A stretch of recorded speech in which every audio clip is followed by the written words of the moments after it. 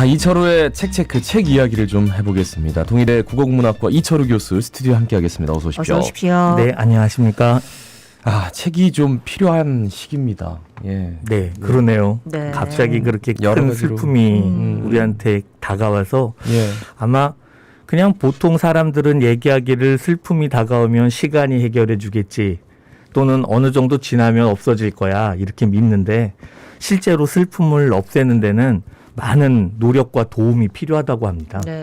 그런 뜻에서 그런 슬픔을 좀 없애는데 좀 조금이라도 도움이 될 수 있는 책이 무엇일까 좀 고민하다가 한 권 추천해 봤습니다. 네. 그러면 어떤 책 소개해 주시겠습니까? 예, 맨 처음 추천해 드릴 책은 우리는 저마다의 속도로 슬픔을 통과한다 라는 책입니다.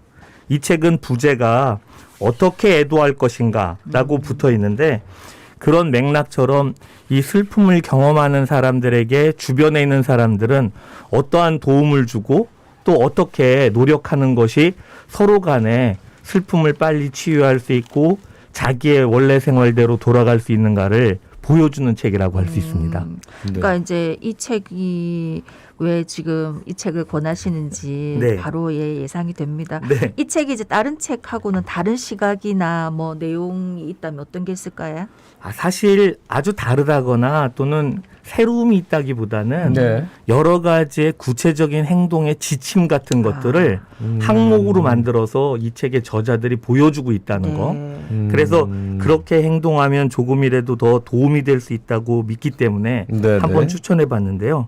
예를 들면 고통을 없앨 마법 같은 단어, 방법 이런 건 없다. 네가 옆에 있어줘야 한다.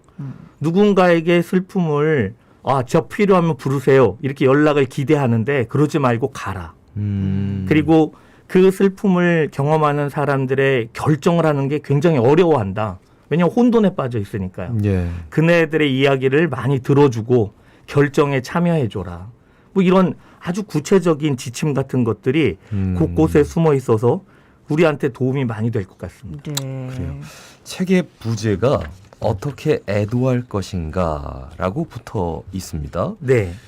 그 어떻게 보면 구체적인 행동 지침 이런 것들도 말씀해 주셨는데 좀 구체적으로 말씀해 주시면 어떤 방법이 있는 겁니까? 예, 이 책은 총 4부로 구성되어 있습니다. 네. 예. 근데 그것 안에서는 첫 번째는 슬픔이라는 것이 어떻게 감정적으로 오는가. 그리고 개별적인 슬픔의 여러 종류들. 그 다음에 세 번째 장에서는 집단적인 슬픔을 만들어냈을 때, 그러니까 다가왔을 때 그것을 사회적으로 어떻게 처리할 것인가. 그리고 마지막으로는 그 슬픔을 겪는 사람들, 개별적인 사람들에게 어떻게 하면 위로의 방법이 있을까 하는 것들을 각각 항목마다 지침을 조금씩 달리하면서 네네. 제시하고 있습니다. 그런 면에서 이 책의 저자인 이 페몰라 블레어라는 사람이 치료심리학을 공부했는데 그 치료심리학을 공부한 그 사람의 어떻게 보면 경험 같은 것들이 그 개별적 사건에도 잘 녹아져 있다라고 생각해서 한번 좀 읽어보시면 도움이 되지 않을까 싶었습니다. 네. 예. 이 책을 우리 독자들이 읽으면서 좀 느꼈으면 하는 내용이 있을까요? 예, 그냥 제가 이 책을 선정하게 된 거는 우리가 그냥 공통적으로 갖고 있는 슬픔에 대한 막연한 어떤 치유 혹은 저절로 풀릴 것이라는 기대감이 아니라 적극적으로 그것을 대처하고 한편 같이 고민해보자라는 생각 때문에 이 책을 추천하게 됐습니다. 그래서 그냥 단순하게 슬픔 그거 참는 거야. 슬픔 그건 시간 가면 지나가는 거야. 이런 것들이 아니라 어떻게 하면 우리가 그네들을 위해서 도움을 줄까. 이런 것들을 고민하게 된다는 거죠. 그렇기 때문에 이 책 내용 안에서 제일 많이 저자가 강조하는 것은 슬픔을 경험하는 사람들이 자기가 갖고 있는 도덕관념이나 아니면 사회적인 관념 같은 것들을 너무 의식하지 말라. 너가 슬프면 슬픈 대로 해라. 네가 만약에 슬퍼서 검은 옷을 입고 싶다면 애도하는 기간은 너는 어떤 색 옷을 입어도 상관없다. 그리고 혼자 있고 싶다고? 그래, 혼자 있어. 하지만 혼자 있는 것이 길어지면 주변 사람들한테 힘들어질 수도 있으니까 너도 한번 노력해봐. 이렇게 자꾸 친근하게 권한다는 거죠. 특히 저를 사로잡았던 한 구절은 슬픔을 경험한 사람들이 정말 미쳐버릴 수 있는 시간과 장소를 한번 찾아봐라. 이 책은 이렇게 권합니다. 그러니까 스스로에게 한번 폭발해 봐야 된다는 거죠. 사실 슬픔을 경험하고 있는 사람에게 가장 좋은 약은 흔히 이 지혜가 많으신 어른들은 어깨를 빌려주는 거라고 합니다. 그 얘기는 울어주는 울고 싶고 애도하고 싶을 때 그를 울게 내비두는 따뜻하게 감싸 안는 그런 장소나 사람이 필요하다는 뜻일 겁니다. 예. 그런 뜻에서 좀 의미 있지 않을까 싶었습니다. 그래요. 근데 참 어떻게 다가가야 될지, 옆에 있어주는데 뭘 어떻게 해야 될지 좀 막막한 것도 있을 거예요. 그리고 그걸 보는 분들도 너무너무 슬플 것 같고. 네. 그러니까 감정 혹은 큰 슬픔을 좀 문학적으로 다루는 방식이랄까요? 뭐 이런 게 있을까요? 사실 슬픔에 대한 것들을 그냥 문학적으로 다 다룬다기보다는 네. 어쩌면 우리 인간이 갖고 있는 한계가 그렇게 유한하고 한편으로는 왜 인간은 어쨌든 태어나서 죽음으로 가지 않습니까? 그러니까 그런 맥락 안에서 인생 같은 것들을 관조하면서 돌아보는 그런 문학 작품이 대부분의 주류를 이룹니다. 그래서 감정적으로 슬픔이라는 그 감정 하나만을 이렇게 끄집어내서 그것을 막 얘기한다는 것은 사실 수필이나 에세이 같은 것에서 볼 수 있을 정도지 문학 작품 안에서 그것만을 본격적으로 다루는 거는 좀 찾기 어렵지 않나 싶습니다. 네, 네. 사실 이제 소개해 주실 때 말씀하셨지만 뭐 특별한 어떤 건 아니지만 우리는 저마다의 속도로 슬픔을 통과한다. 이 책에서 구체적 행동 지침이 나와 있다고 하셨으니까 네. 이 책을 읽어보시면서 또 큰 슬픔에 빠져 있으면 한 번쯤 시도를 해보는 게 좋겠네. 그렇죠.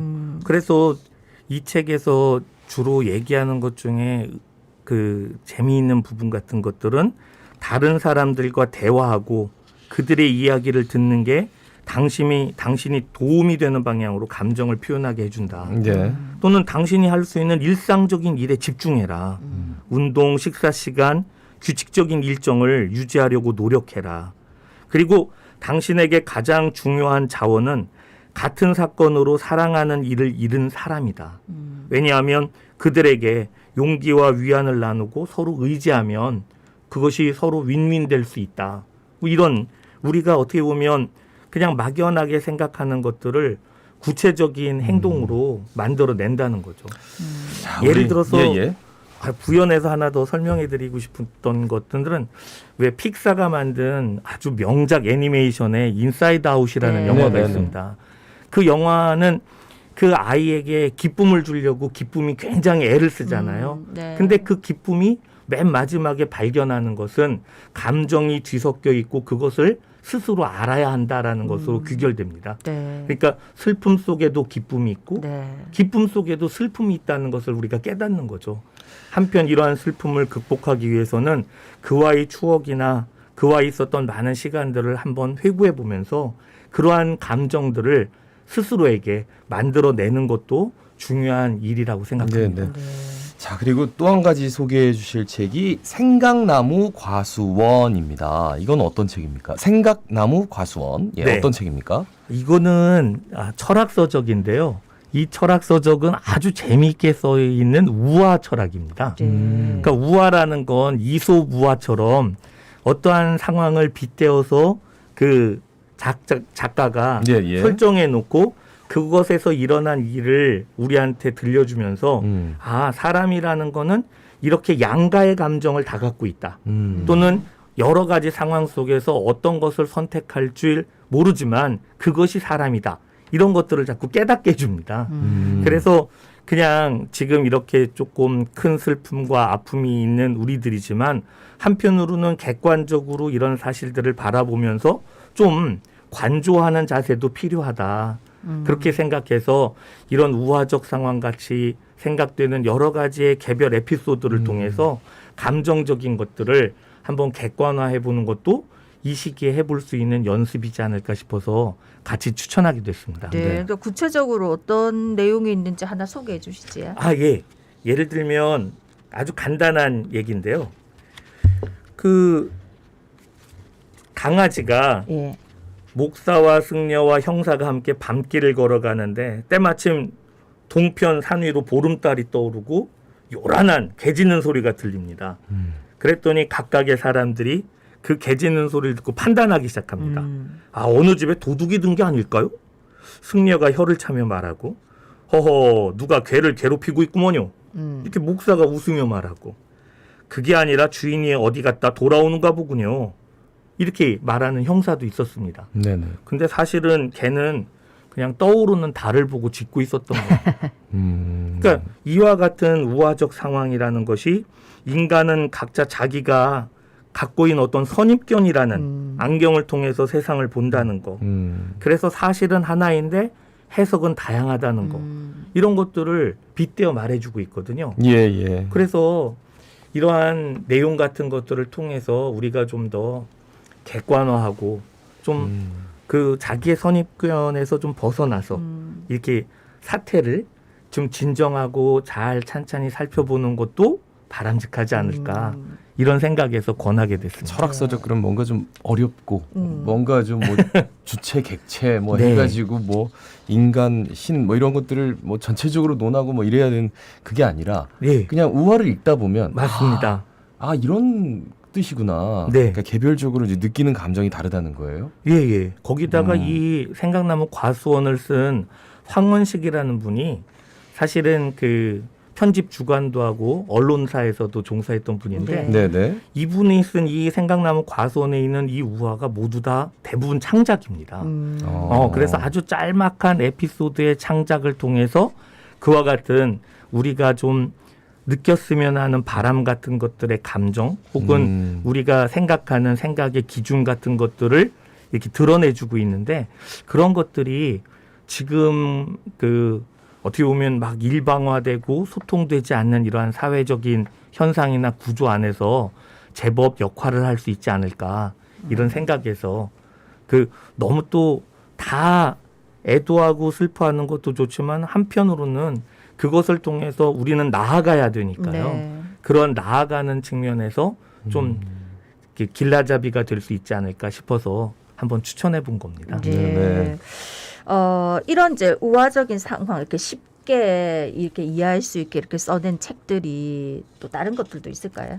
사실 이 우화에 대한 전통은 아주 오래됐습니다. 네. 그 이솝우화가 아주 오래된 네네. 책이듯이 우리나라에서도 고전의 가전체 소설이라는 장르가 있습니다. 네네. 그러니까 사물에 인간의 마음을 빗대서 네. 뭐 예를 들면 규중치로 쟁농기 같이 네네. 또는 뭐 죽선생전, 네네. 공방전 이런 식으로 엽전을 대상으로 또는 죽부인을 대상으로 그 사람처럼 보이면서 사람에게 어떠한 이익이 있고 어떠한 잘못이 있다는 것들을 사람 관계 안을 이렇게 직접 내기하지 않고 우화적으로 돌려서 얘기하는 그러한 그 기술의 전통 같은 것들이 오랫동안 있었거든요. 예, 예. 근데 현대 와서는 그런 것들이 어떻게 보면 좀 많이 사그라드는 느낌이 드는데 이런 철학 우화가 주변에 있고 참 재미있구나 하는 생각에서 그렇게 좀 세상을 조금 더 한 발짝 떨어져서 바라보는 시각 같은 것들도 필요하지 않을까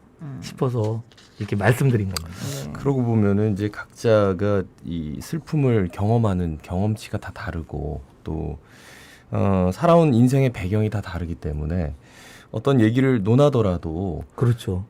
하다 보면 부딪히는 경우도 있고 네. 오히려 슬픔을 더하게 되는 경우도 있는데 네. 예, 한 발자국 떨어져서 뭔가를 관조하고 좀 더 들어줄 수 있는 네. 그런 여유가 좀 필요한데 이 책은 아마 그런 것들을 좀 강조할 수 있지 않을까. 맞습니다. 어. 그래서 우리는 저마다의 속도로 슬픔을 통과한다라는 그 말 자체가 사실은 들었을 때 왜 와닿는 게 있지 않습니까? 네. 아, 그래. 나도 똑같이 그렇게 슬픔을 경험했는데 그게 저마다 표현하는 게 다 다르더라. 거기 어떤 분은 그것을 즉각적으로 경험하고 자기 나름대로 해소하는데 어떤 분은 아주 오랫동안 갖고 있는 분도 있고요. 또 때때로는 정말 큰 슬픔은 어느 순간 갑자기 나타나기도 합니다.